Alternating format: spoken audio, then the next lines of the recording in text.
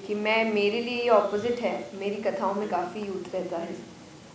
तो एक कारण हो सकता है क्योंकि वो मुझे अपने जैसा समझते हैं कि मैं भी एक युवा हूँ, तो वो थोड़ा-सा रिलेट कर पाते हैं।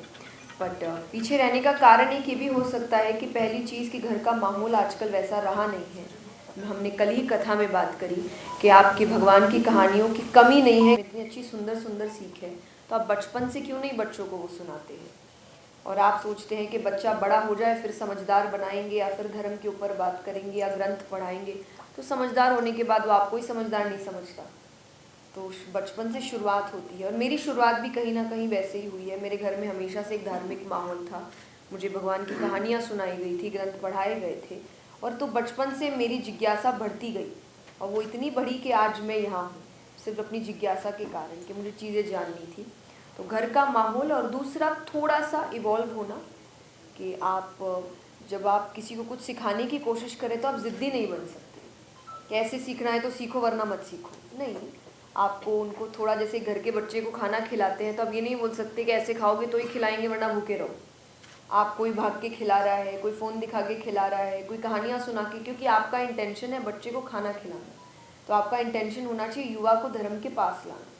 तो आप कहोगे कहानियाँ तो मैं कहानियाँ सुनाती हूँ, भजन तो मैं भजन सुनाती हूँ, मोटिवेशन तो मोटिवेशन में बताती हूँ।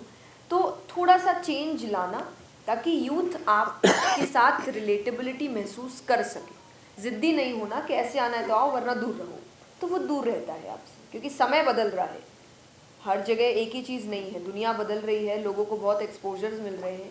उस वक्त ज़रूरी है कि आप धर्म को भी थोड़ा इवॉल्व करके उनके सामने लेकर आए। आपने 2020 में देखिए, मेरे लिए ये ऑपोज़िट है, मेरी कथाओं में काफ़ी यूथ रहता है। तो एक कारण हो सकता है क्योंकि वो मुझे अपने जैसा समझते हैं कि मैं भी एक युवा हूँ, तो वो थोड़ा-सा रिलेट कर पाते हैं। बट पीछे रहने का कारण एक ये भी हो सकता है कि पहली चीज़ कि घर का माहौल आजकल वैसा रहा नहीं है। हमने कल ही कथा में बात करी कि आपकी भगवान की कहानियों की कमी नहीं है, इतनी अच्छी सुंदर-सुंदर सीख है, तो आप बचपन से क्यों नहीं बच्चों को वो सुनाते हैं? और आप सोचते हैं कि बच्चा बड़ा हो जाए फिर समझदार बनाएंगे या फिर धर्म के ऊपर बात करेंगे या ग्रंथ पढ़ाएंगे, तो समझदार होने के बाद वो आपको ही समझदार नहीं समझता।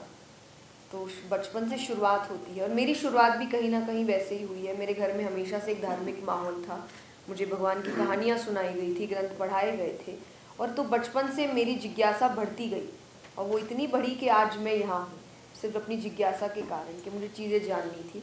तो घर का माहौल और दूसरा थोड़ा सा इवॉल्व होना कि आप जब आप किसी को कुछ सिखाने की कोशिश करें तो आप ज़िद्दी नहीं बन सकते। कैसे सीखना है तो सीखो वरना मत सीखो, नहीं। आपको उनको थोड़ा, जैसे घर के बच्चे को खाना खिलाते हैं तो आप ये नहीं बोल सकते कि ऐसे खाओगे तो ही खिलाएंगे वरना भूखे रहो। आप कोई भाग के खिला रहा है, कोई फ़ोन दिखा के खिला रहा है, कोई कहानियाँ सुना के, क्योंकि आपका इंटेंशन है बच्चे को खाना खिलाना, तो आपका इंटेंशन होना चाहिए युवा को धर्म के पास लाना।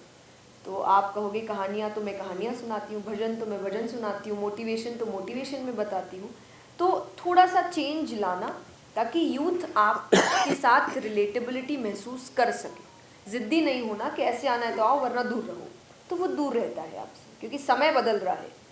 हर जगह एक ही चीज़ नहीं है, दुनिया बदल रही है, लोगों को बहुत एक्सपोजर्स मिल रहे हैं। उस वक्त ज़रूरी है कि आप धर्म को भी थोड़ा इवॉल्व करके उनके सामने लेकर आए। आपने 2020 में